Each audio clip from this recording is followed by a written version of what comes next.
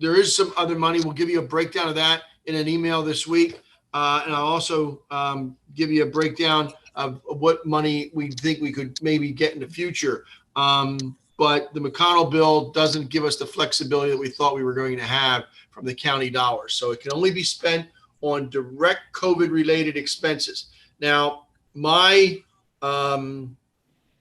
position on this with the federal government, with the senators that I've talked to, is that we wouldn't have a revenue gap if it wasn't for COVID. So how can you say that's not a COVID-related expense? Obviously, having to furlough people and paying the unemployment because we're self-insured, that's something we're still working at the state level. Our Pennsylvania Municipal League meeting today, we're still lobbying. I'm sending letters out to the committee members tomorrow to get it out of committee so that we could pay the solvency fee that was due by February, which none of our communities paid because we never use unemployment. And we'd like to pay that so that we get some of the dollars directly towards the unemployment. Also in the federal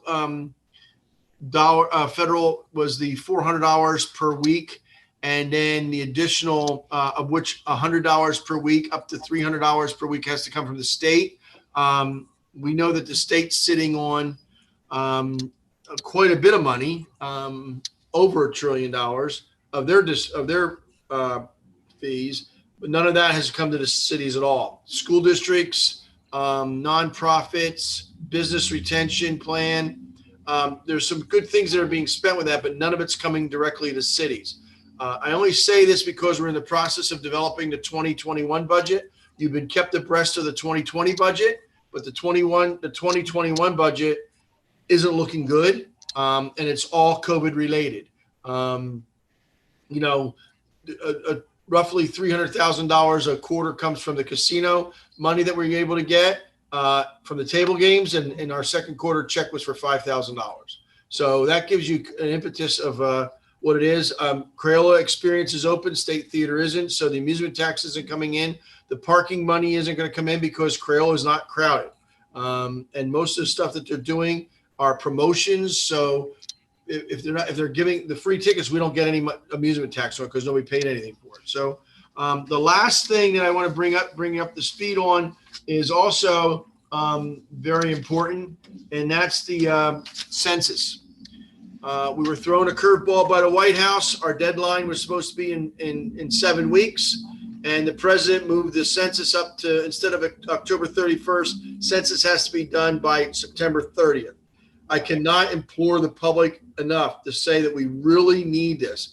We've got all kinds of signs out in the neighborhoods. We have hopscotch painted on sidewalks for kids to remind their parents to fill out the forms. We have the census enumerators are out in the communities for those people that did not respond to try to get it.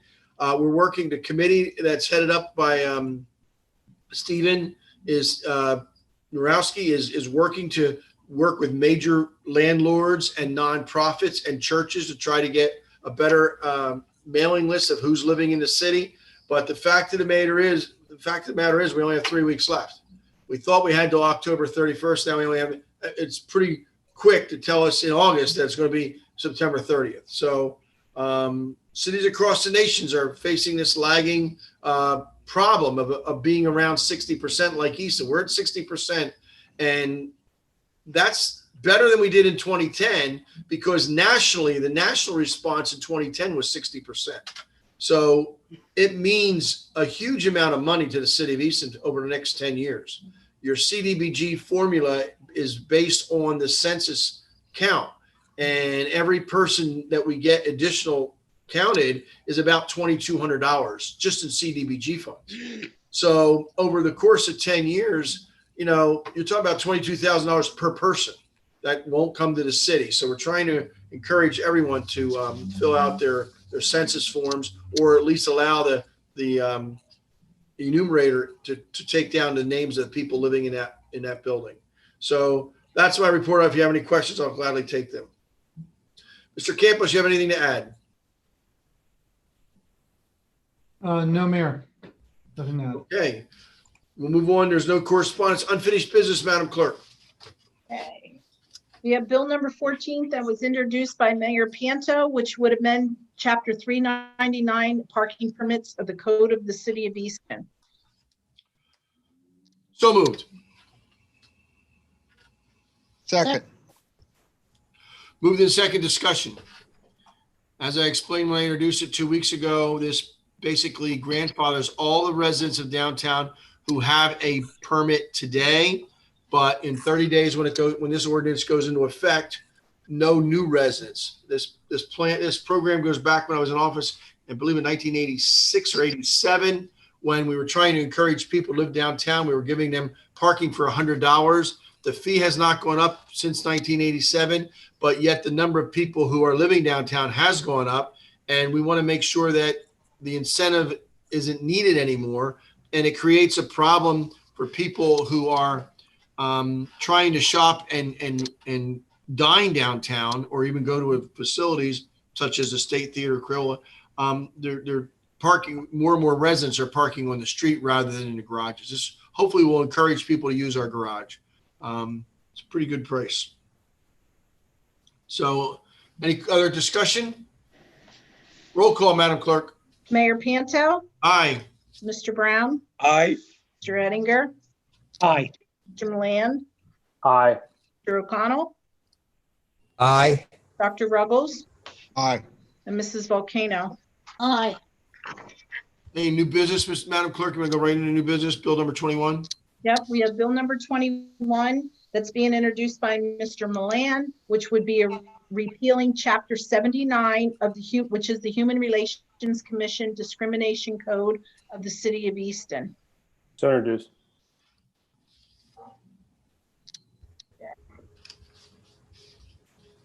Then we have bill 22, which would be is introduced by Mr. Milan, establishing an administrator performance management ordinance.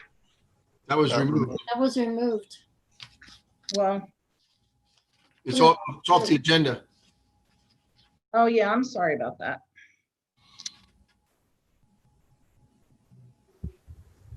We have bill number 3 that's being introduced by Mr. Milan, which would be amending chapter 45 departments of the Code of the City of Easton.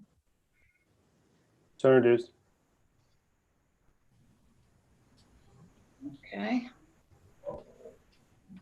Bill number 20, oops, hang on a second, I'm sorry. Bill number 24, which would be establishing a liquor license, transfers and economic development liquor license ordinance. I want to introduce that with the following amendment. Section 7, public hearing should read, the public hearing will be held in conformity with Act 141 of 2000, the liquor code period, removing as amended, and a stenographer shall be present to make a transcript of the hearing. That's removed, and everything else Actually, stays. you want to Okay. leave the as amended in. Oh, okay. Delete sorry. after as amended. So after the liquor code, comma, as amended, period. Then remove, and a stenographer shall be present to make a transcript of the hearing. Correct. Okay. Thank you, Mr. Clark. Okay, so Sandy's introducing that then with the amendment. Okay. Dr. Ruggles has a question. Dr. Ruggles? Yes, Sandy, on section 5 in that, it says, and I'm just going from memory here, that the, I have it in front of me, go ahead. well, it says that it should be not less than 10 days, or it should be less than 10 days. And I think, shouldn't that say, should not be less? I mean, it's saying that you could do it up to 1 day before to notify people. Okay, it states the Right. DCED shall provide such written notice less than 10 days prior to the scheduled public hearing. Shouldn't that be not less than 10 Yeah. days? I think so. Yes, Jeremy? it should be Yeah, not less so than we'll 10 amend days. it to put the not in there.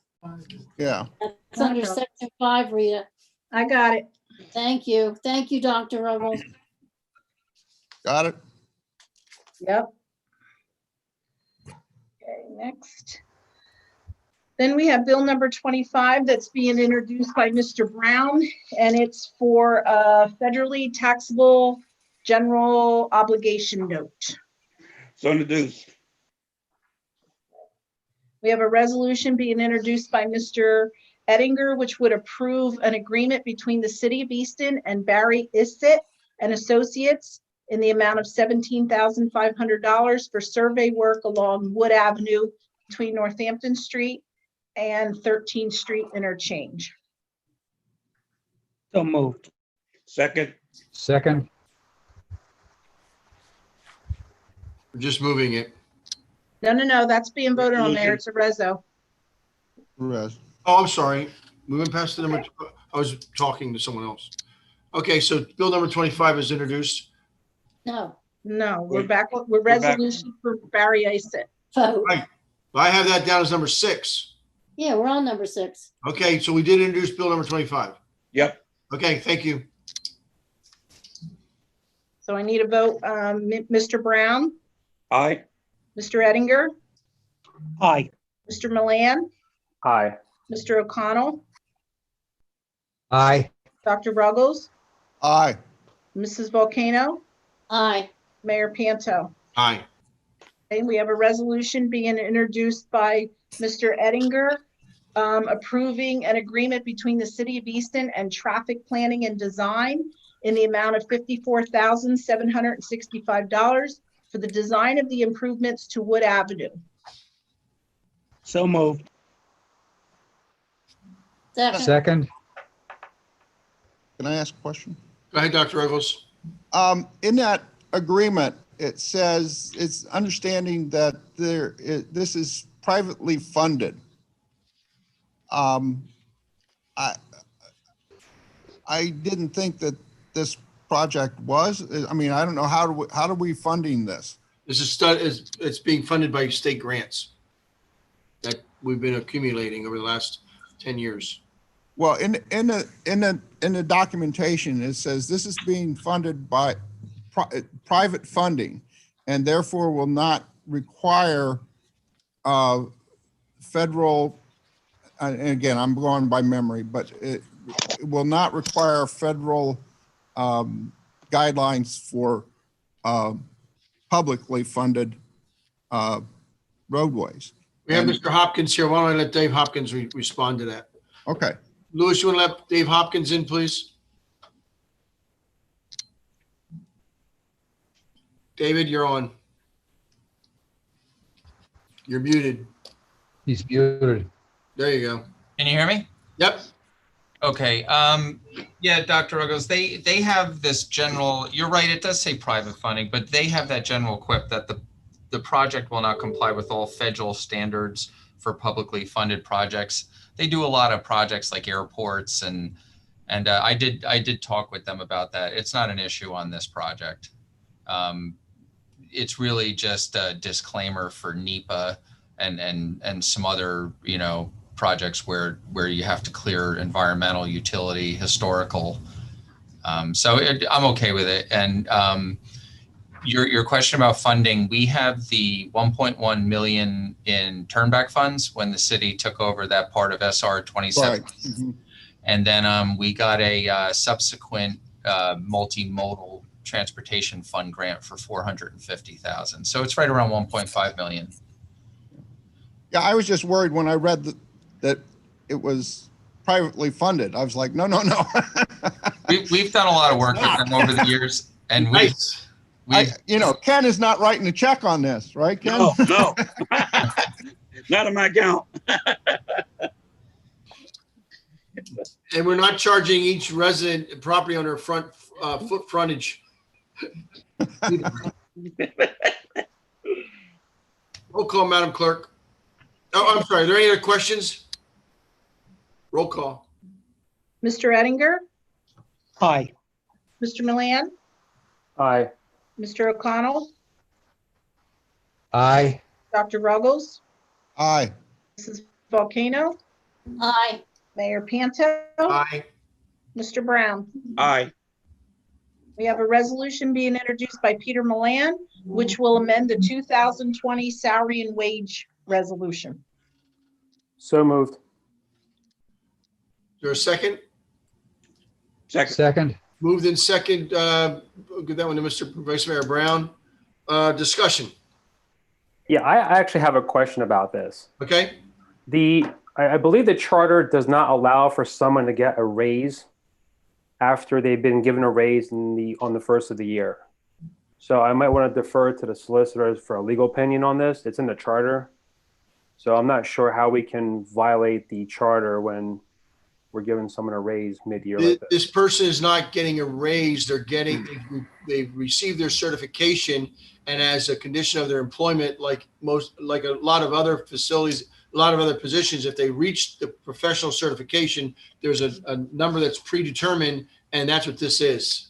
But we want to make sure we get city councils to update the salary and wage ordinance. But you're right. The charter says the person cannot get a more than one raise per year. This is really not a raise. This is an adjustment to the base salary because of certification that was received. Is that right, Mr. Campos?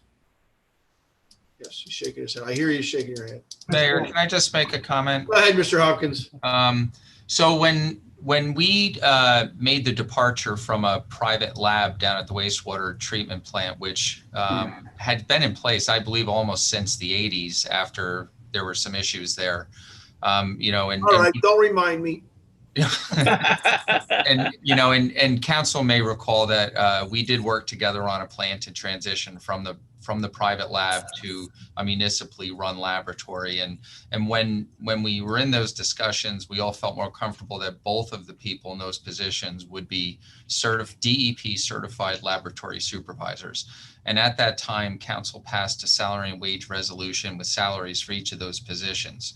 We discounted the rate that council approved by $5,000 and told the incumbent that she would need to, study, get her license, do all that. So this is actually bringing her up to the original approved amount of her salary. And she did pass her license, and I have nothing but good things to say down there. They're doing a fantastic job. High flyers, great work. So all very positive things in that operation. I'm not questioning the person's intellect and talents. I'm questioning the fact that the charter doesn't afford for deviations. That's all. I mean, it doesn't say based on salary or certification attainment during the year. I'm just saying that's what the charter says. If I'm wrong, I'm wrong then. I don't think it's a matter of being wrong. I think it's been a while. It took her, I don't know.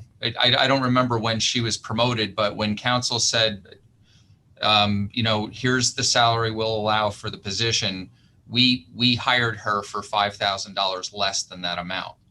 So technically it's not a raise. We're actually just bringing her up to her approved rate. So Dave, it's almost like that money was an escrow sitting there for her to get certification. Yeah, it's more that, we really wanted her to obtain the certification. So instead of paying her full rate immediately upon being promoted, we said, here's an incentive for you. We'll give you this rate, but when you do obtain your supervisor certification, we'll bring you up to the full rate that was approved, and that's essentially what the request is. We're not asking for any increase above and beyond what council approved originally. That's within the budget then?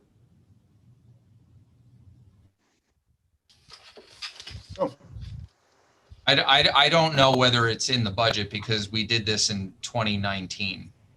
Right. So again, I mean, I get what you're saying, but the chart doesn't afford for salary increases, regardless of certifications. I'm just going to put that out there. I mean, I get what you're saying. It doesn't afford for that. I would have to defer to Joel on that. I really don't know. That's fine. You're not going to get an opinion from me tonight. I mean, this is you got 5 different issues here, and I really don't know how you even deal with probationary employees under that theory. I take it that the certified assistant lab supervisors is $56,250, so that the assistant lab supervisor without that certification is $51,500. And how you work that into the budget, I'm not quite sure, but from what I'm hearing now, that salary is what was anticipated for a certified lab supervisor. We're going to need to look at this globally because there's a lot of positions where people get a bump because they get certifications. I mean, Yeah, I was going to ask about codes. Yeah. Codes is one of them. I mean, every code officer, every firefighter started, and every police officer, when they're going to the academy, they don't get the full rate until they graduate the academy. So, Well, Mayor, we went through this before, and I think we look at it with also a common sense lens. But when we look at how the budget's introduced, you could argue that the budget is introduced and approved in the prior year. So, therefore, and this is why it all defer to the solicitors. I mean, therefore, then there's a bump up because you're right. There's plenty of history here. If you look at, for example, firefighters, because you use that example, on their anniversary date, they get an automatic bump up. Right. We're not necessarily planning for that per se in the budget, and it gets very detailed and technical. But you could say that bump up is the one time, just like you could say that this bump up as well is that one time increase. But it's a good discussion and a good refresher. And we can bring it back to committee and discuss it there. That way, it's clear. If you like, Yeah, the only thing I would request. I mean, if we're going to be giving raises during the middle of the year, then I think this part of the code, the code should be removed. Then I don't know if I wouldn't consider it a raise. Well, then what the person, if the person's making $51,000 a year and they get their new salary is $56,000 a year, what do you call that then? I call it a bump due to certification. Well, it's a raise. It's no different, but we have it throughout the city. It's a raise, though. It's an increase. It's like in the police department. If somebody goes from a street officer to a sergeant, yeah, I mean, they've changed their rank and they're going to get more money. I mean, right? And that has so nothing, this but that person doesn't do with has, this, though. The person is in the same. But this job person title, has though. changed this person has changed their credentials. That has nothing to do with the job grade, though. Has nothing to do with the job, though. That's inaccurate. That is completely inaccurate. Can I throw out one example? An officer to a sergeant goes from one grade to another grade. The person has not changed their job classification. This person's going to a DEP certification. I mean, I understand that. But you would want to encourage all employees to better themselves through education. We do it in every department. Every collective bargaining agreement has ability to get education to earn more money. It's like a person being a laborer in the highway department going for their CDL. Once they get no their question CDL, about it, but here's the thing then the code is irrelevant then. Well, if that's the intention of what we're going to be doing, then the code we're violating our ordinance then. Mayor, can I offer one thing? Go ahead, Mr. Hopkins. If one of the solicitors does look into this, when we discounted her salary originally, the thought process was that we were sort of following the certification of operators down at the wastewater plant. So each one of the 9 operators, when they're hired, we generally never hire a certified operator, but all of them have become certified, some as recently as I think late 2019, early 2020. And with that comes a fairly large increase in salary once they get their license. And that is after they get a bump at the first of the year. So I don't really know. I'm just offering this as a comparison. We were thinking that, along those same lines as we approve certified operators, we should, deal with the lab the same way. So it is a practice that we do. And if it violates the charter, I'll defer to Joel as to whether. Well, yeah, I'll certainly defer to Joel and Jeremy, but as a member of the Charter Commission, this was here because we had an administration who was giving merit raises in the middle of the year to people that they liked. These are steps, I would call them a step, based on certifications, trying to get a more professional staff and get away from those political merits that were given when we were talking about it. And Dr. Ruggles, you were on the Charter Commission as well.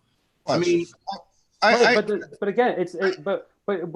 again, we're missing a point though. And I get what you're saying. I'm not saying we shouldn't be rewarding people. The section that is here it's flawed then. What specific section are you referring to? 114.6. I mean, that's just, I mean, I think the point here, I think the point of a patrolman being promoted to sergeant is very much the same, because once a person gets a certification in that laboratory, they're allowed to do more things than they were prior to having that certification. So they have a greater responsibility. They have a greater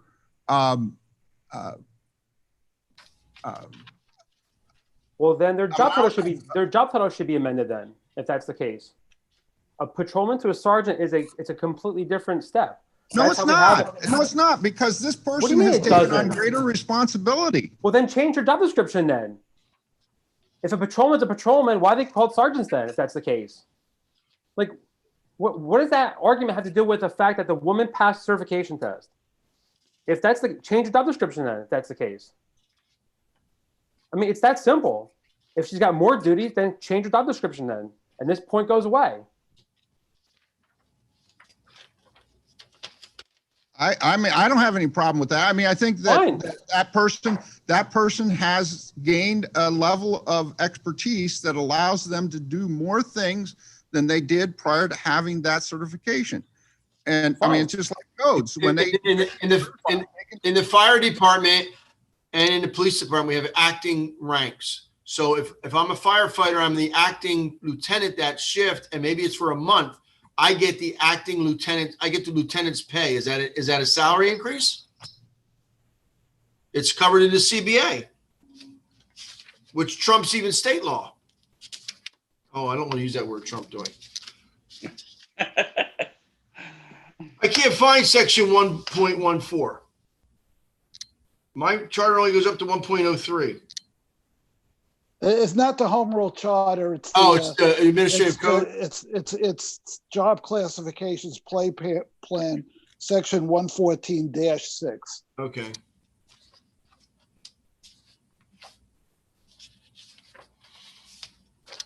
Well, listen, you're gonna, the solicitors are gonna have to review this, because what the language says, it says a salary increase for any employee will not be approved more than once a year. So the first question is this more than once a year?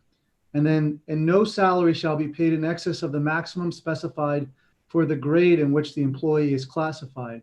So the argument, as was explained, is because she didn't have the certification, she came in under what the typical salary grade was. So, and that's something that we can go, if you like, we can discuss it from an administrative standpoint with the solicitors, and then come back and explain it. We can do that in committee, rather than doing during a council meeting. That way, we're clear and we can deliberate and debate that, or at least we can deliberate the issue now. That's why we're here. Well, then I just did, but then I'd rather have the opinion also of the attorneys, to be fair. Well, but the administrative code is clear. Either you guys create grades, we modify the ordinance, or she gets a new job description. That's the resolution to this. Well, I think I don't need a legal opinion to tell me what it says. I just don't. I think it was just explained that she came in under because she didn't have that certification. It doesn't make a difference. The code does not explicitly deal with your concern. It's that clear. I disagree. That's fine. You're entitled to your opinion. I would always disagree, because it's not practice, and it's contrary to incentive-based performance. Then give her a new job description then, if that's the case. So you want to call her I don't like calling people. So we want to take the position, create an uncertified assistant lab supervisor and a certified. I don't know. Ask Mr. Hopkins. It's his department. I wouldn't know what to call it. Well, the person. What do we do with firefighters that get a bump in the middle of the year just because they have an anniversary? They don't change their it's also no level, right? It's also no different than a probationary employee who also gets an automatic bump up. Their job title goes, their job description changes though. Let's be clear. They don't stay firefighter forever. The title of their job changes. Well, one of the things that stands out to me is when I think of getting a raise, council approves a salary for a certain employee, that employee works for a certain amount of time. maybe is rewarded by merit, and then someone goes in and says, you know what, we're going to increase your approved salary. You know, that to me is a raise. But when council approves a salary and then we discount it voluntarily to incentivize an employee, and then when they do achieve or the goal that we want them to achieve, and then we bring them back to what council approved. Well, then, Dave, what you're saying, Mr. Hopkins, what you're saying is that the salary and wage ordinance that is attached to this thing says assistant lab supervisor, $56,250. You're saying that that's what was approved by council initially? Originally, I think it was 55,000. I don't know whether that increased because of the percent increase. Because of the contract. I believe Rita would have to go back, and there might even be language in the resolution that says it. I don't know whether we discounted it at the time council approved it, but I think the supervisor was approved at 65 and the assistant was approved at 55. And then I think we discounted them both, actually. I do too. And then I think the supervisor got her certification first. We brought her up to full wage, and then the assistant got her wage. But I don't know. I think there might be a difference. And all right, can we do this then? Is the city council in favor? Do I have a favor that we would not give her the rate, the bump that she deserves yet? We'll look at this, get the solicitors to look at it, and if approved by council, it'll be retroactive to tonight. So she doesn't lose if it takes us 2 or 4 weeks. I mean, it's not fair to her. I agree with that. Well, we can always incorporate that in the resolution. Okay, so if there is a change, it would be subject as effective September 9th.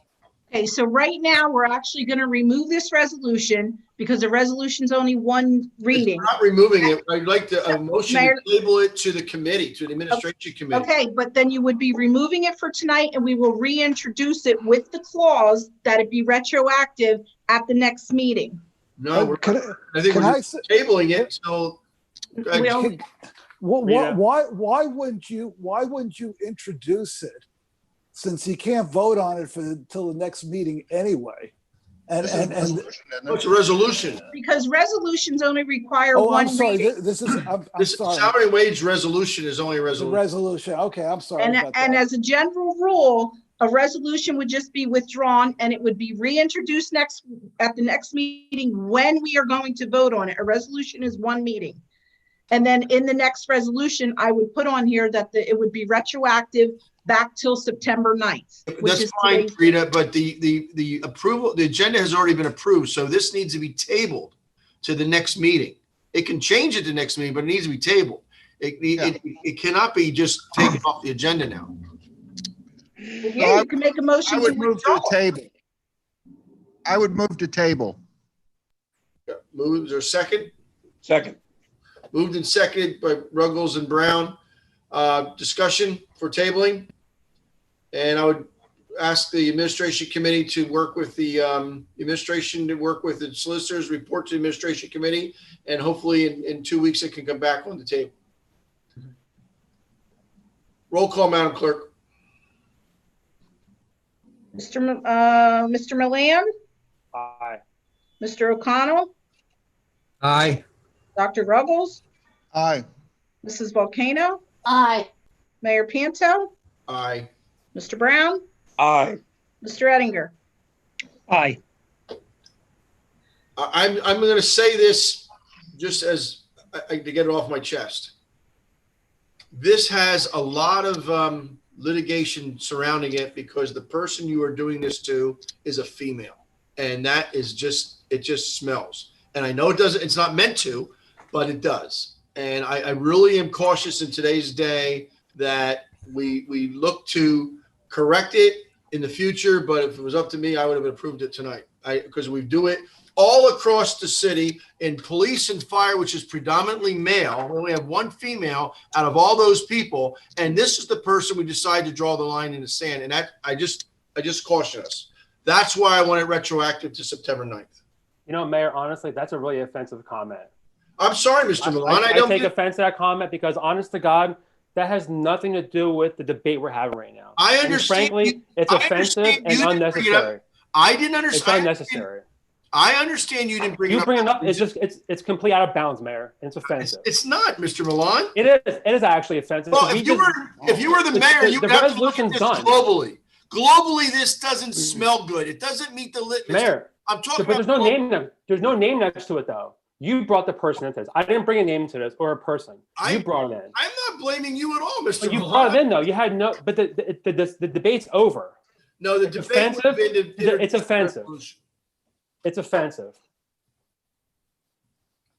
Well, it happens all over the city. This is not considered a raise. It was something that was promised to the person when they were hired. And I think if we go back and I think Mr. Hopkins, you're right. We go back and check the original resolution. It's going to say that when the person becomes certified, they'll get a $5,000 bump. But we'll take the 2 weeks to find that out. And if I offended you, Mr. Milan, I didn't mean to. I'm just looking at this globally right now because I deal with these lawsuits all the time. And globally, this just doesn't smell good. That's all. I understand there's no intent, malicious intent. I understand that. You brought the intent with that comment, though. Now you're insinuating I'm a sexist now. No, I didn't. You're insinuating I'm a sexist now. No, I It's didn't insinuate offensive. that at all. Well, that's your insinuation, though. Okay, if that's the way you took it again, I apologize, but that's not the way it was said. It's just ironic that you It's not introduced ironic. this. It's not You ironic, though, introduced Mayor. this. You Because introduced. Mayor, it's my job. You introduced It's my- it. it's my job. You should have called the city solicitor. But it's my week job, ago. though, to introduce legislation. It's my job. But you should have. I don't defer on my job. So you. So now you're insinuating I'm a racist. I'm a sexist now because it's a female. No, I'm telling you that this doesn't pass the litmus test. It doesn't make a difference what it passed. All over the place for men, but we don't do it for this person. That's fine. You can keep arguing about this point. It has nothing to do with the person's gender. And I'm It's telling about you guys following the law. You introduced it. If you were going to introduce it for discussion, then that's what you say. But you introduced this as supporting it. You should have called it if you had That questions. hasn't, Mayor. My intent. It's my own intent as a legislator. It's beyond my purview to tell anybody if I don't want to. And as a legislator, I can debate it right here. solicitors you could have called to ask him about it. I don't have to. I don't have to if I don't want. What if I just read the agenda an hour ago? It's offensive. Mr. Hopkins, assure the young lady that if we do approve this, it'll go back to September 9th because council agreed to it. I'm really concerned about, I don't want to lose good people because of a promise made and not kept. At this point in our meeting, we go to public comment. If anyone has a comment that they would like to make about anything about the city of Easton, we have 6 attendees that are still on. If you would like to speak about, you have your name, your address, 5 minutes. Just go down to the bottom of the screen and you should be able to raise your hand.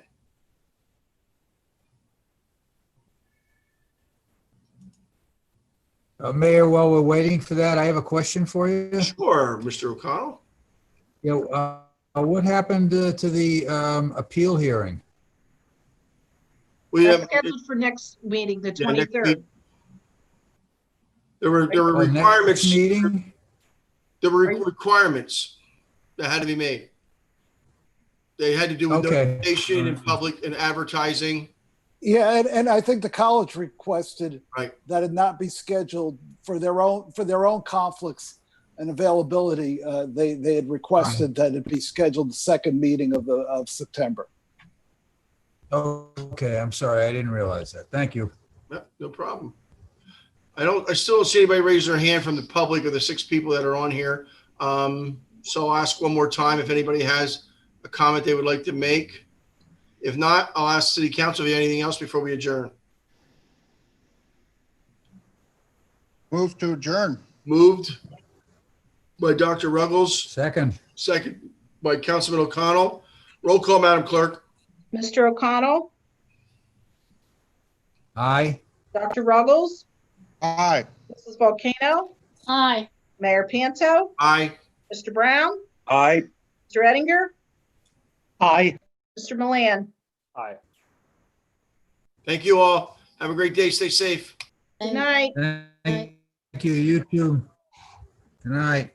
Good night.